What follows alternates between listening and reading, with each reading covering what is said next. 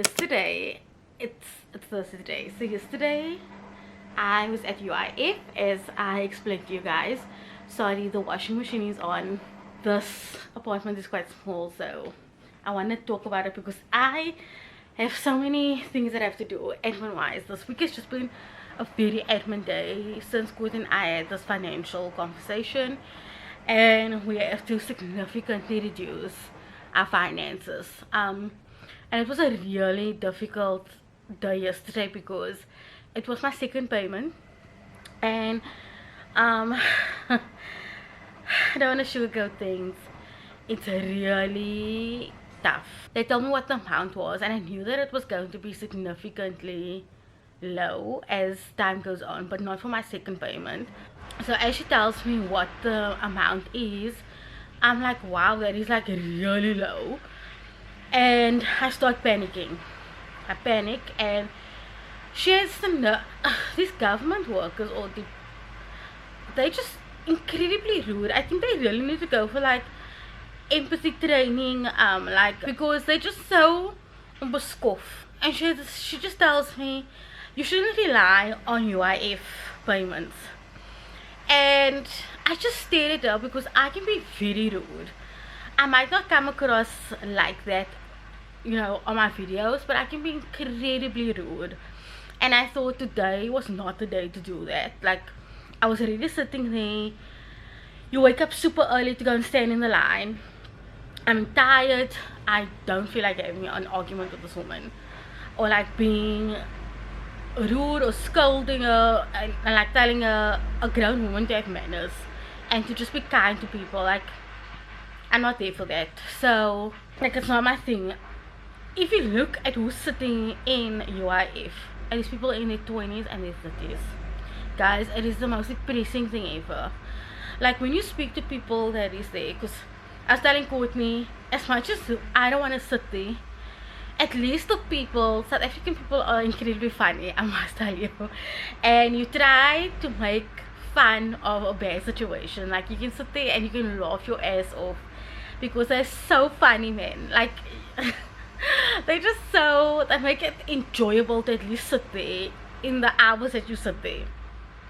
So, but you obviously have conversations with people, and you hear the most heartbreaking stories of like how people are trying to find jobs. It is so incredibly depressing. I'm gonna put statistics of just the youth of today.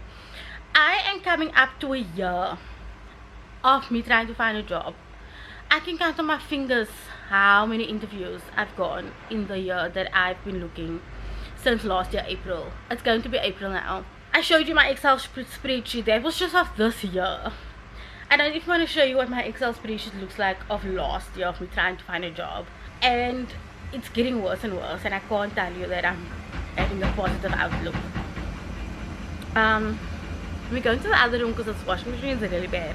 Like, the youth unemployment is incredibly just getting worse and worse and worse. People don't choose to lose their jobs. Businesses are closing at such a fast pace. Businesses are no longer making profits. Like, the budget speech was yesterday, and they are sucking the people dry. There's no other words to say it. I was looking at, I didn't watch the budget speech, but I was watching like what people were saying about the budget speech and like what they are implementing, and I just couldn't get mad at it anymore because I'm in a different situation, and I'm like, there's nothing more to take from me. There's like, I can't even get angry because I'm really angry at my situation. And once I was done at UIF, I got into the car and I just broke down in tears because Kurt and I's situation is getting to the point where Kurt and I are going to be homeless in a few months. I really cried yesterday, and it is what it is. And that's the reality.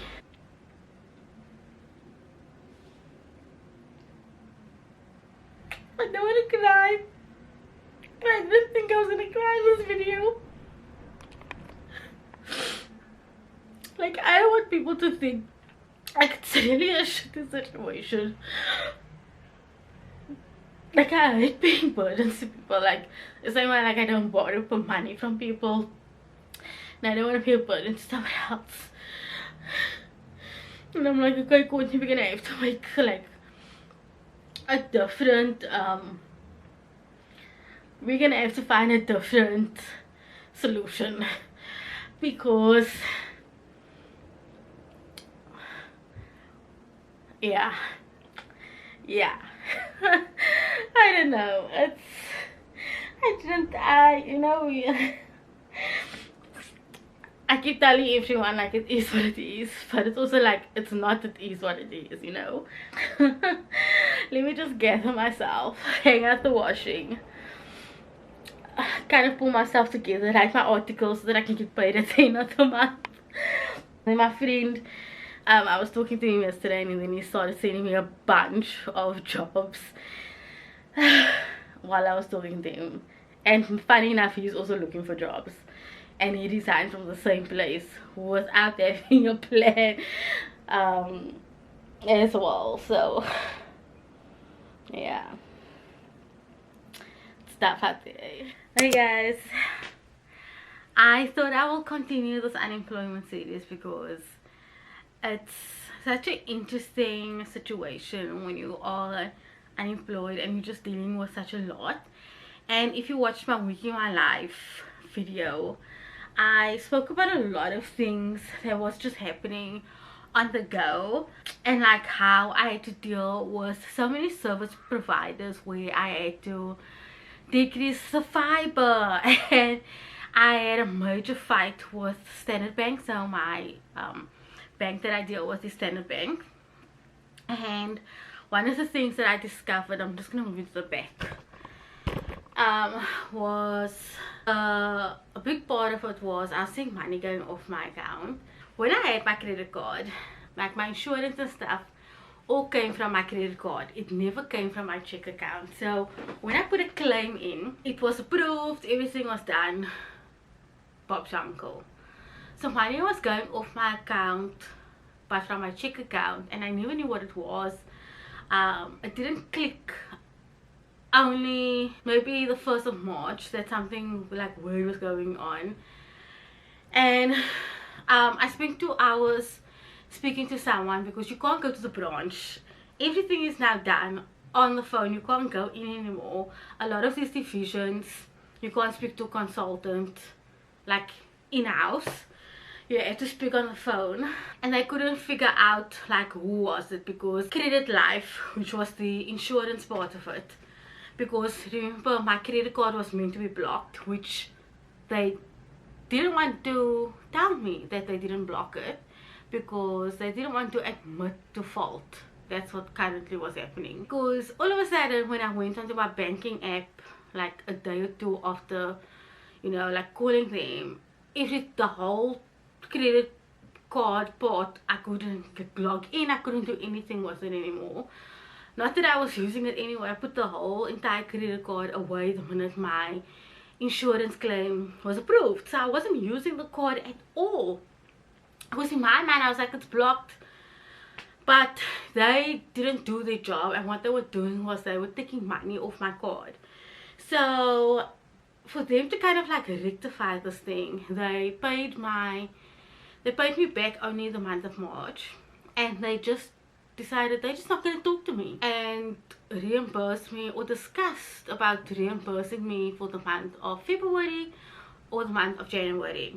And every time I would call them, they would say, oh, they don't know what's happening. A consultant would say they don't know what's happening with my credit card because everything is blocked. And when I give like a reference number, they're like, they don't deal with reference numbers. Like, why would I have a reference number? So that was a very frustrating thing, to the point where someone was like, we don't know what's going on, like, here's an email address. So it's getting to a point now where I'm like, I have all the documentations and stuff ready to like report into the banking ombudsman. And I have all the time in the world, and my friend Jessie has been very cool to like help me out with that, because you screwed me over with this aspect. You guys are not like cooperating, And so like you can tell I'm like very exhausted, just like in all aspects in life. So there's that. The other aspect which you might have also noticed is my overdraft situation. So I called my overdraft people to like be like, hey, I need some like alleviation, like in this process of like trying to get our finances just a little down. One of it was just like trying to get my overdraft interest down. When I was putting a claim in for my insurance, I was like, I know I'm paying credit life insurance for my overdraft, but they were gaslighting me from the beginning, saying that I didn't have a policy for credit life for my overdraft. But I was like, guys, I'm paying for credit life insurance on this thing. I just didn't have a policy number. I couldn't find the policy number. I couldn't find the actual policy. But I was paying for it, and they kept gaslighting me. I didn't have one. They couldn't find one on my account, but I was paying for it. So I kind of just left it. And then when I spoke with overdraft people to kind of like reduce it, and then I told them like, hey, I'm actually paying credit life. So they're like, oh, but if you're paying for credit life, why don't I go back to like credit life insurance and like have him deal with it? So the person that I was dealing with there, he was like, no, but I can't like claim for credit life because I already put a claim in November, and my 6 months is only coming up on the 1st of May. And I was like, but that doesn't make sense though, because each product is a product on its own. And he's like, no, but if you put a claim in, you have to put a claim in for all your products at once. And I was like, this didn't make sense. And I was like, again, someone is gaslighting me and making me feel stupid. So I let it go. But at this time, as I was dealing with this person, he was like, they can't find a policy. Again, this person, a person telling me they can't find a policy. I need to speak to someone else. And then this person was like, please email like this saying like you are being like charged for a credit life policy.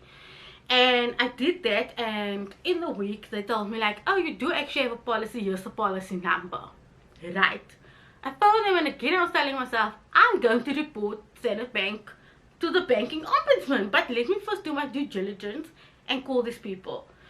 So again I spoke to this consultant, and this consultant was like, oh no, but you can actually put a claim in, and that each product is a product on its own, and I can put a claim in. And I said, I'm not a stupid person, like I can actually do this. So I put the claim in yesterday.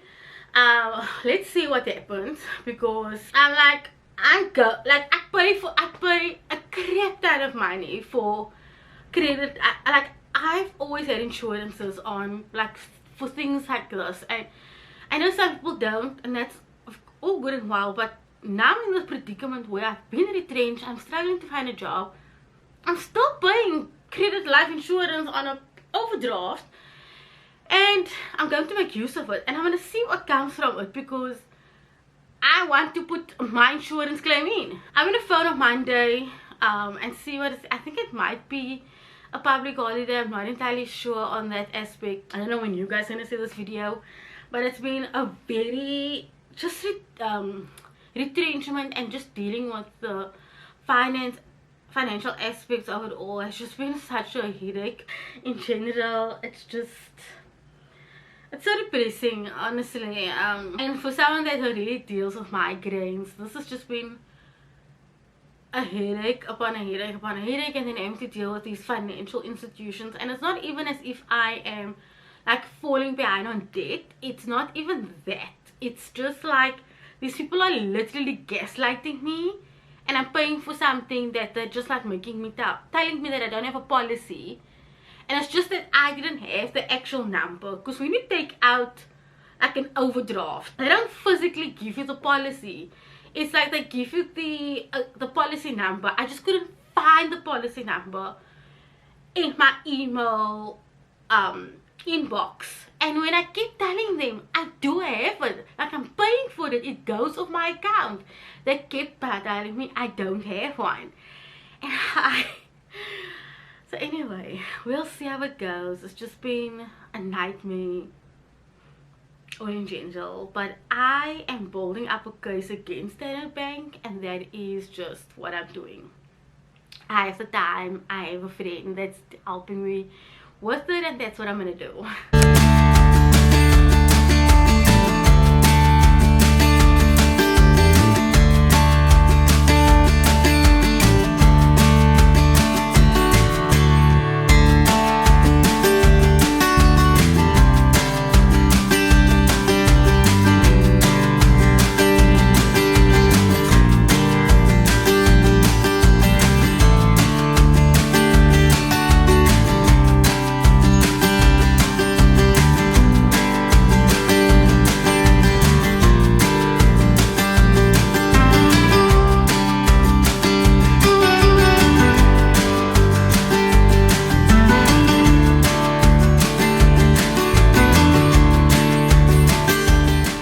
Hey guys, I am like editing this unemployment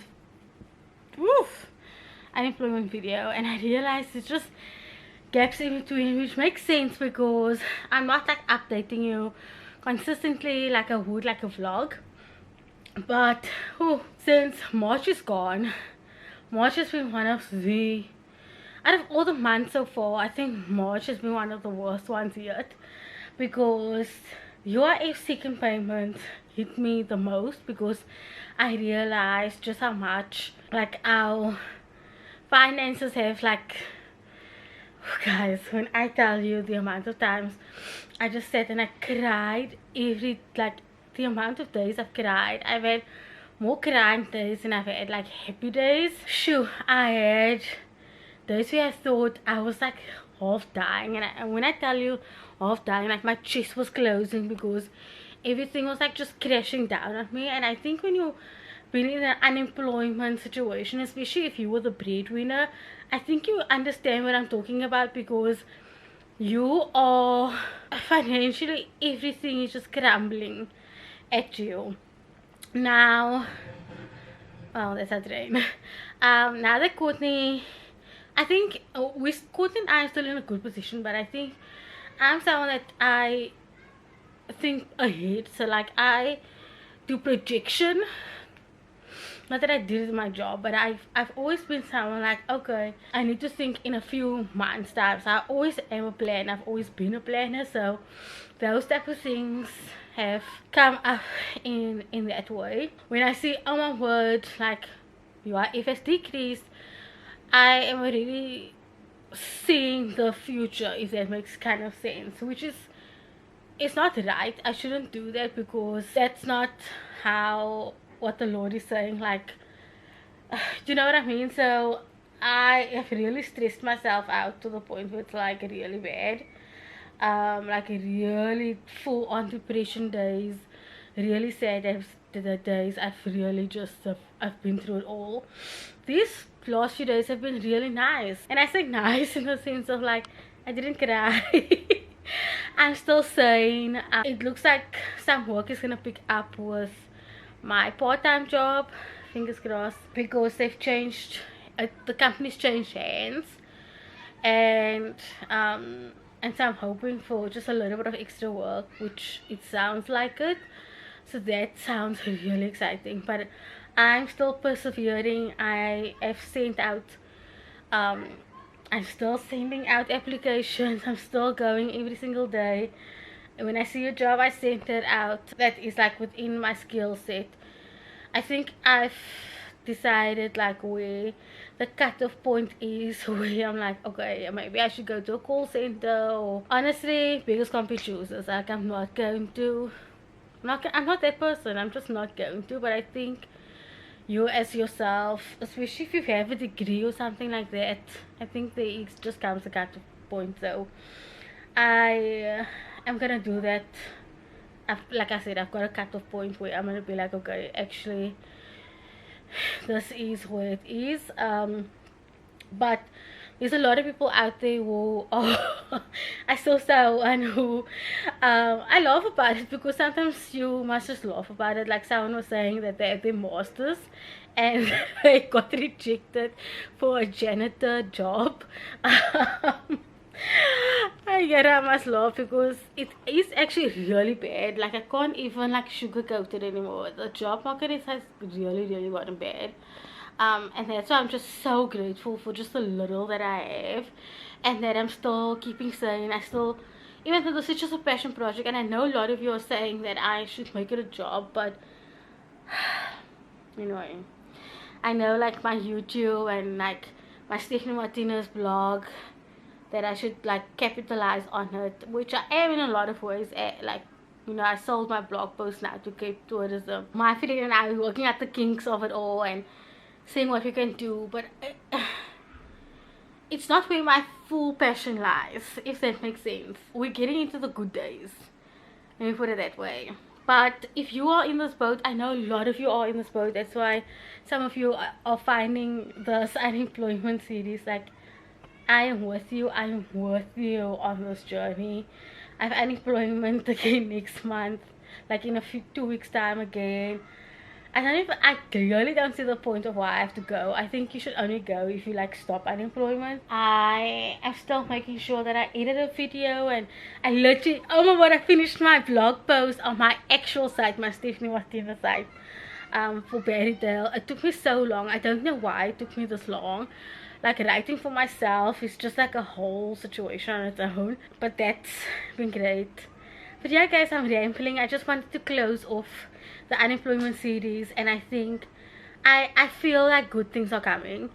It was just really a bad month where I'm fighting with the bank. Oh, mind you, I'm still fighting with the bank. I put in my claim. I'm gonna phone tomorrow or something to just like follow up on the claim of my overdraft, because I put, like I said, I pay insurance on it. But I had to fight with medical aid today, so that was fun. Financially, I'm just fighting with everyone, and March was that month of me just fighting with everyone and trying to reduce and just do all the things. And I am so grateful for every single prayer and thought and ideas, and I honestly appreciate it from the bottom of my heart. Like, you guys have no idea. Like, I read your comments, I just haven't gotten a chance to actually like comment back, because I'm trying to find energy just in my day.